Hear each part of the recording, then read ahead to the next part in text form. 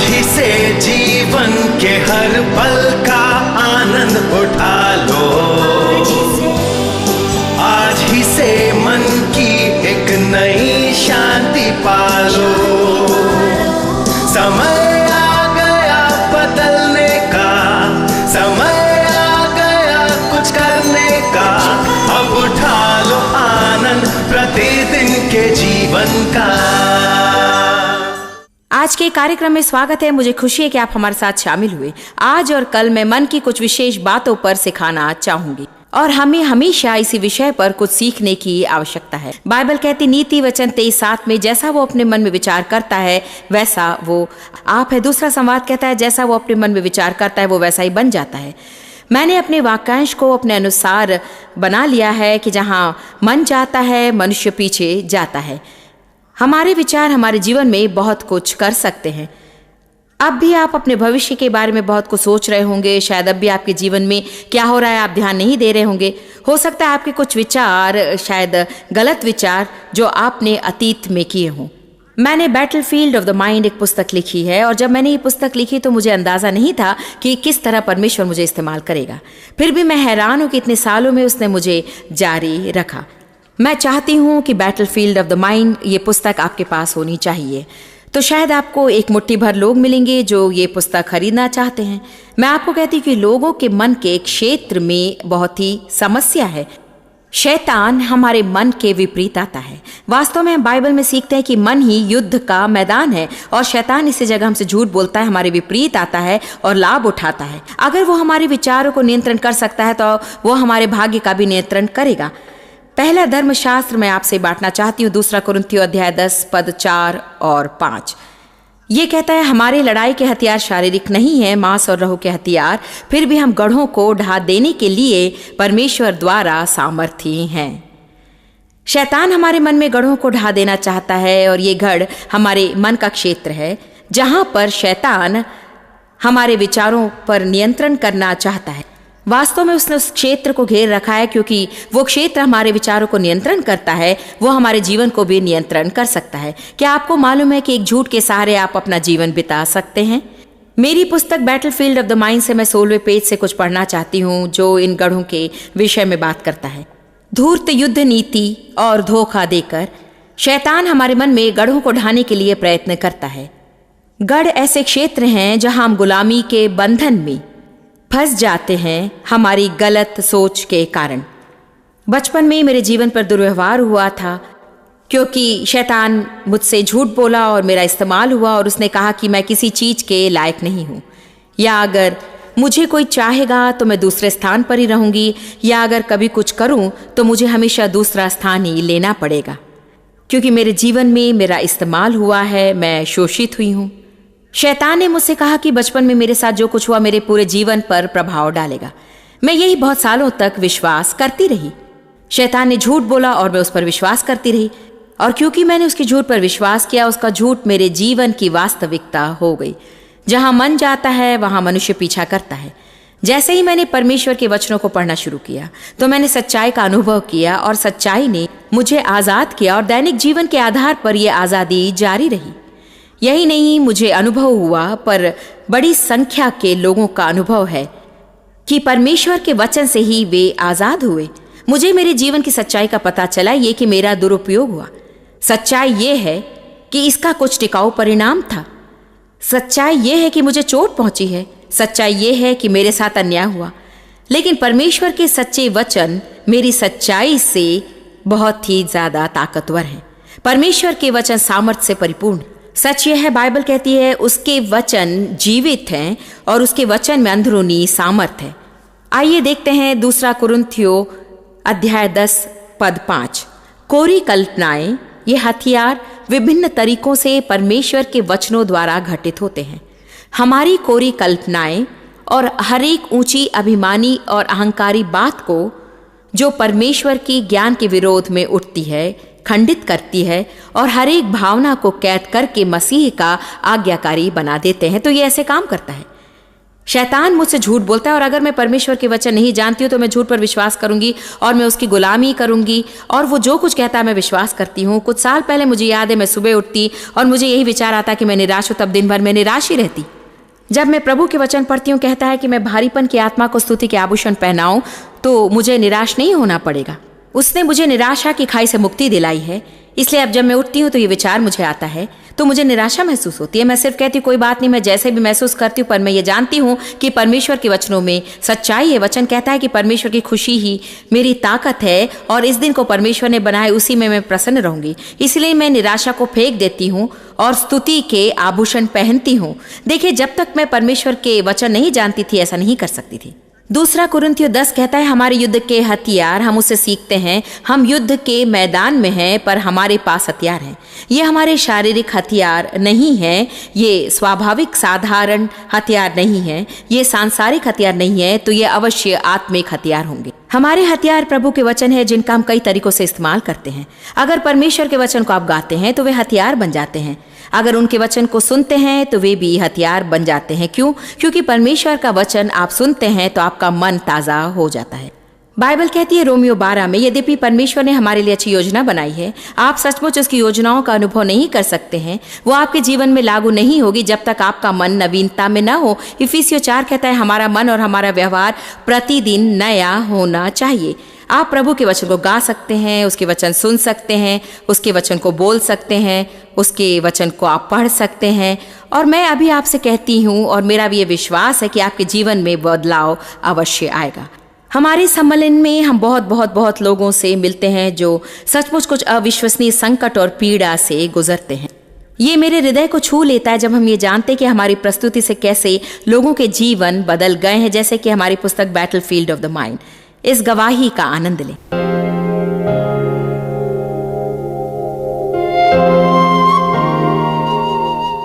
नौ साल की उम्र से मुझे शारीरिक तौर से इस्तेमाल किया गया। अपने जीवन से हार चुकी थी। मेरी आत्मा की कीमत नहीं थी, कोई आत्म समझ नहीं, कोई आत्म प्रेम नहीं। मैं 8 बार मनोचिकित्सक के पास गई। वहां पर मुझे हथकड़ी पहनाकर मेरे इस्तेमाल किया गया। मेरा दिल टूट चुका था। तब मेरी दोस्त ने, जो मुझे चाहती थी, मुझे ये पुस्तक बैटलफील्ड ऑफ द माइंड दी। जब मैंने ये पुस्तक पढ़ी तो मैं समझ गई कि शैतान मुझे नहीं चाहता। मैं इस पुस्तक को जहां जाती साथ ले जाती। मैं स्नान कक्ष में पढ़ी, शयन कक्ष में, रसोई घर में पढ़ती थी। मैं जहां जाती वहीं पर उस पुस्तक को ले जाती।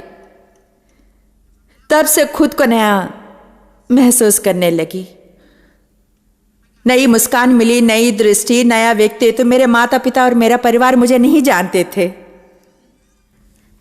2 साल पहले मैं नशीली दवाओं से बाहर निकलने की कोशिश कर रही थी। मैं बहुत भारी नशीली दवा इस्तेमाल करती थी। मैंने धर्मशास्त्र में, पत्रस में पढ़ा और ये सिखाता है कि हमें संयमी और सतर्क कैसे रहना चाहिए, क्योंकि अगर आप संयमी नहीं हो तो विरोधी हमेशा आपके पीछे रहता है।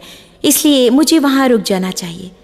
पर मेरे चारों तरफ लोग मुझे हमेशा वापस लाना चाहते थे। मैं सैम्स क्लब की दुकान की ओर जा रही थी। मुझे पुस्तकें बहुत पसंद है, इसलिए मैं पुस्तक विभाग में गई। जब मैं शीर्षकों को देख रही थी तो मैंने ये पुस्तक बैटलफील्ड ऑफ द माइंड देखी और मैं पुस्तक खोलकर पढ़ने लगी और क्षण भर के लिए मैं रुक गई। ये पुस्तक तो मुझसे बातें करने लगी। मैं बस पढ़ती रही, पूरी दुकान में पढ़ती घूमने लगी, पर पुस्तक को नीचे नहीं रखा। मेरी अंतरात्मा कहने लगी, अगर पुस्तक नीचे रखोगी तो तुम कुछ चूक जाओगी, यदि तुम पुस्तक को ताक पर रखोगी तो जाकर कुछ चीज़ें जाने से चूक जाओगे। इस तरह आज तक मुझसे किसी ने ऐसी सीधी बातें नहीं की थी। मैं सचमुच प्रभावित हुई क्योंकि मुझे सचमुच साधारण आत्मसम्मान मिला और मैं कैसे नशीली पदार्थ का प्रयोग करने लगी थी कि मैं हमेशा पूरी तरह से नशे में रहूं और वहाँ से बाहर निकलने का कोई मार्ग नहीं था।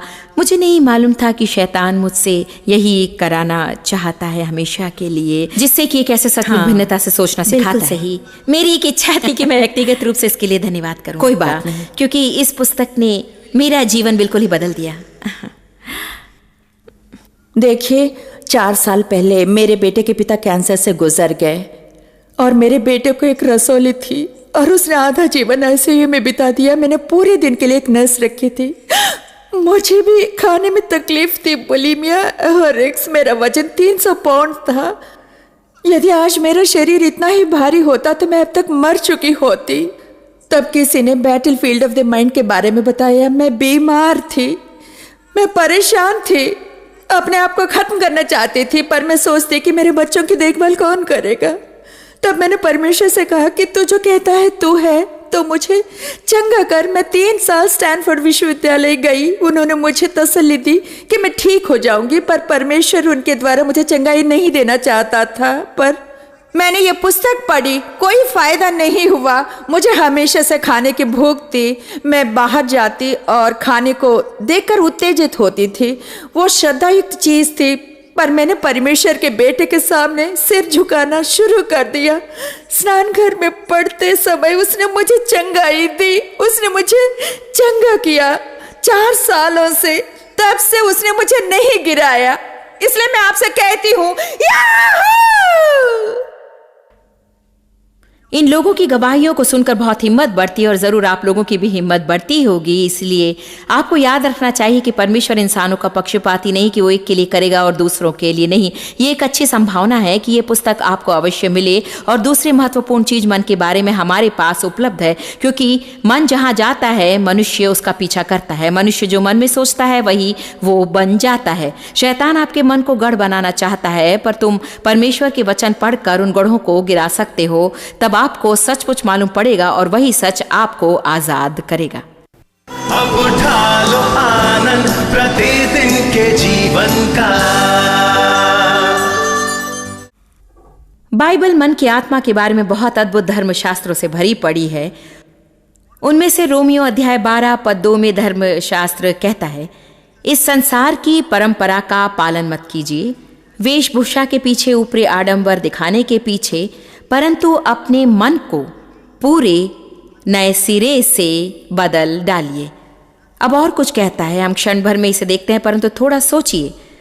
संसार की तरह मत बनो, संसार की तरह मत सोचो, एक नए प्रकार का जीवन जियो। वही पुराना जीवन जो पहले था वैसा मत चाहो। मसीह को अपना उद्धारकर्ता स्वीकार करो।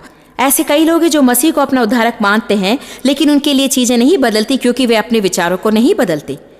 यदि आप नया जीवन चाहते हैं जैसा कि यीशु चाहता है, तो आप वैसा सोचना शुरू करें जैसे परमेश्वर सोचते हैं और परमेश्वर के साथ अपने विचारों को सहमत रखें। इस संसार के सदृश ना बने। हम संसार में रहते हैं पर हम संसार के नहीं हैं। पर जो कोई अपने मन को नवीन कर बदलाव लाएगा, परमेश्वर की इच्छा उसे क्या अच्छा और क्या सही और मानने योग्य है साबित करती है। हमारी नज़र में भी वही चीज सही, अच्छी और मानने योग्य हो जाएगी। यह हमें यही कहती है कि हमारे जीवन में परमेश्वर ने एक अच्छी योजना बनाई है। यिर्मयाह 19:11 ये कहती है और इफिसियों 2:10 भी यही कहता है कि परमेश्वर ने हमारे जीवन के लिए एक अच्छी योजना बनाई है और मेरे जीवन के लिए भी। वो अच्छा प्रभु है। वो हमें कूड़ा करकट नहीं देना चाहता। वो हमारे जीवन में कुछ आदर युक्त और अद्भुत करना चाहता है, पर चाहता है कि हम उस पर आशा रखें। कई लोग अपने जीवन में कुछ अच्छा चाहते हैं, पर वे हर पल के लिए नकारात्मक सोच रखते हैं।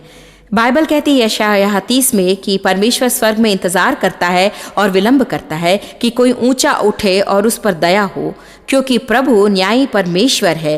क्या ही धन्य है वो जो उस पर आशा लगाए रखते हैं। ऐसा एम्प्लीफाइड बाइबल में लिखा गया है। जरा इसके बारे में सोचिए। परमेश्वर स्वर्ग में विराजमान है, किसी अच्छे व्यक्ति को खोजता है ताकि वो किसी पर दया करे जो उस पर आशा लगाए हुए है। शायद आप ही वो हो, शायद आप जो लंबे समय से मसीह में हो। आपने अब तक अपने जीवन में कोई जय महसूस नहीं की और आप में बदलाव नहीं हुआ है। आपको ये सोचना होगा कि पहले आप क्या सोचते थे। मेरे पति ने मुझसे एक दिन कहा कि तुम्हें क्या तकलीफ है जॉयस, तुम क्यों इतनी नकारात्मक हो। मैं जो कुछ भी कहता हूँ हर तरह का सुसमाचार लाता हूँ, पर तुम हमेशा कोई नकारात्मक आलोचना करती। जानते मेरा दृष्टिकोण क्या था, और मैं अभी कहने के लिए बहुत शर्मिंदा हूँ। तब मैंने उनसे यही कहा, देखिए अगर अच्छा होने की आप आशा नहीं करेंगे तो बुरा होने पर आप निराश नहीं होंगे। मैं नकारात्मक चीजों से और बुरी चीजों से इतनी घिर गई थी कि मुझे विश्वास ही नहीं था कि मेरे जीवन में कुछ अच्छा हो सकता है, क्योंकि मैं सोचती थी कि सिर्फ अपने लिए मैं निराशा ही ला सकती हूँ। आमोस 3:3 कहता है, यदि दो मनुष्य परस्पर सहमत ना हो तो क्या वे एक संग चल सकेंगे। आपके जीवन के लिए उसके पास अच्छी योजना है और वो आपके साथ चलना चाहता है, पर आपको परमेश्वर से सहमत होना पड़ेगा। आपको ये सोचना शुरू करना चाहिए कि आज मेरे साथ कुछ अच्छा होने वाला है, और आपको मुंह खोलकर जोर से कहना पड़ेगा कि आज मेरे साथ कुछ अच्छा होने वाला है। आपको ये सोचना है कि आज मुझे सुसमाचार की आशा है, मुझे परमेश्वर की आशीष की अपेक्षा है। परमेश्वर अच्छा परमेश्वर है, मैं उसकी संतान हूँ, वो मुझसे प्रेम करता है और विश्वास है कि आज मेरे लिए कुछ अच्छा होगा। आपको ये समझना चाहिए कि आप मसीह में कौन है। बहुत लोग सिर्फ इसलिए दुखी है क्योंकि वे अपने आप को पसंद नहीं करते। जो दूसरे उनके बारे में कहते हैं वे खुद न्याय और निर्णय कर लेते कि उनकी कीमत क्या है, या अपने व्यवहार से समझ जाते हैं कि उनकी कीमत क्या है। यद्यपि मैं समझ गई कि मुझे भी कार्य करना नहीं आता, फिर भी मैं परमेश्वर की बेटी हूँ और वो मुझसे प्रेम करता है। हालांकि मैंने उसके प्रेम के लिए कुछ किया नहीं है, फिर भी वो मुझसे प्रेम करता है। प्रभु मुझे चाहता है। बाइबल कहती क्योंकि वो हमें विजेता से बढ़कर मानता है। परमेश्वर न सिर्फ मुझसे प्रेम करते हैं बल्कि परमेश्वर आपसे भी प्रेम करते हैं। फिर भी यदि आप विश्वास नहीं करते तो आप अपने जीवन का आनंद नहीं ले सकते। हर समय यदि आप जो गलती आपने की उसी के बारे में सोचते रहें तो एक गलत सूची अपने लिए तैयार करेंगे, तो आप अपने जीवन का आनंद नहीं लेंगे जो प्रभु यीशु ने मरकर आपको दी। मन को नवीन बनाए रखें। 2 कुरिन्थियों 5:17 नई चीजें सीखनी जरूरी है। यदि कोई व्यक्ति मसीह में है तो वो नई सृष्टि है, पुरानी बातें बीत गई, देखो वो सब नई हो गई। आपको धर्मशास्त्र 2 कुरिन्थियों 5:21 में वैसा ही सीखना आवश्यक है। जो पाप से अज्ञात था उसी को परमेश्वर ने हमारे लिए पाप ठहराया ताकि हम उसमें परमेश्वर की धार्मिकता बन। इन 2 वचनों को अगर आप पढ़ेंगे और याद करेंगे और सीखेंगे तो आपने सीख लिया। आपको अतीत में जीने की आवश्यकता नहीं। जब आपने मसीह में फिर से जन्म लिया तो पुरानी बातें बीत गई। आप एक नई सृष्टि हैं, आप एक नई आत्मिक चिकनी मिट्टी हैं। पवित्र आत्मा आपके साथ कार्य करना चाहती है और वो आपको अपने जीवन के बाहर कुछ नया बनाना चाहती है। जानते मैं भी आपसे क्या कहना चाहती हूँ, लोगों को आशा दें। तो अभी इसी समय मैं आशा के लिए आपसे प्रवचनों को कहना चाहती हूँ। लाखों लोग देख रहे हैं और मैं आशा देना चाहती हूँ कि आपका अतीत आपके भविष्य पर कोई प्रभाव नहीं डालेगा। अगर आपको ये मालूम नहीं है तो शैतान आपसे झूठ बोलेगा, वो आपके मन में गलत विचार डालेगा, और यदि आप गलत विचारों पर विश्वास करने लगे तो वो आपके जीवन की वास्तविकता बन जाएगी। इस संसार के सदृश न बने, पर अपने मन को संपूर्ण नवीनता में बदल कर जीवन में बदलाव लाएं। परमेश्वर आपको नए जीवन के साथ सोचने का नया मार्ग भी अवश्य देगा। जहां मन जाता है वहां मनुष्य पीछे जाता है। सदा गरीब ना रहें, प्रभु चाहता है कि हम आगे बढ़ें। सदा रोगी ना रहें, क्योंकि प्रभु यीशु चंगाई देने वाला है। आपके अच्छे मित्र हो सकते हैं, आपके उनके साथ अच्छे संबंध हो सकते हैं। शैतान को ये कहने का मौका न दो कि जिस किसी ने आपके साथ संबंध रखा उन्होंने आपको दुख दिया और इस कारण आप अपने आप को अलग करें। उन लोगों से ना उलझें, क्योंकि आपको फिर से चोट पहुंचेगी। ये सच है कि लोग चोट पहुंचाते हैं, पर हर एक व्यक्ति वैसा नहीं होता। मेरे जीवन में मैंने चोट खाई है, पर अब मैं 37 वर्षों से एक अच्छे इंसान से विवाहित हूँ। ये जरूरी नहीं कि उन्होंने मुझे चोट ना पहुंचाई हो, पर चंगा करने वाला खुद प्रभु यीशु पवित्र आत्मा के जरिए मेरे अंदर रहता है, और यदि आप विश्वासी हैं तो वो आपके अंदर भी रहेगा, और किसी समय जब आपको चोट पहुंचे वो आपको चंगा करेगा और आपको नया बनाएगा। शैतान को अपने जीवन पर नियंत्रण न करने दें और अपने मन पर हावी मत होने दें। चाहे कितनी ही गहरी समस्या क्यों न हो, चाहे सरकारी आंकड़े जो भी बताते हो, या आप सोचे कि आप कितनी दूर पहुंचे हैं, प्रभु के वचन में अवश्य चंगाई है। तानिया विलियम इसकी सही उदाहरण है।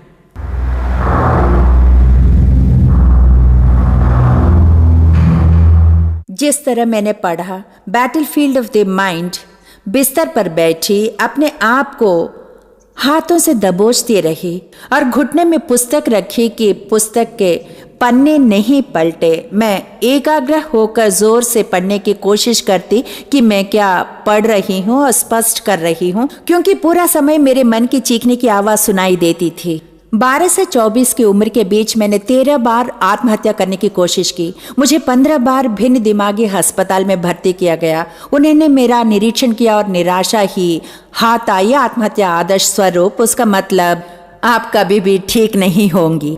तानिया विलियम्स को याद नहीं कि कब उसका मानसिक, शारीरिक और यौन शोषण शुरू हुआ। वह कहती है कि उसका बचपन रहस्यमय अंधेरे में था और बहुत यादें वो भूल गई है, पर उस पल की कद्र करती है जब उसने परमेश्वर को अपना जीवन दिया। तब उसे मालूम हुआ स्वर्ग में उसके लिए एक स्थान है, पर पृथ्वी पर अभी भी उसका जीवन डरावने सपने की तरह था। वह परमेश्वर के साथ रहना चाहती थी और उसका जीवन उसके मार्ग में खड़ा था। तभी से आत्महत्या की कोशिश शुरू हुई।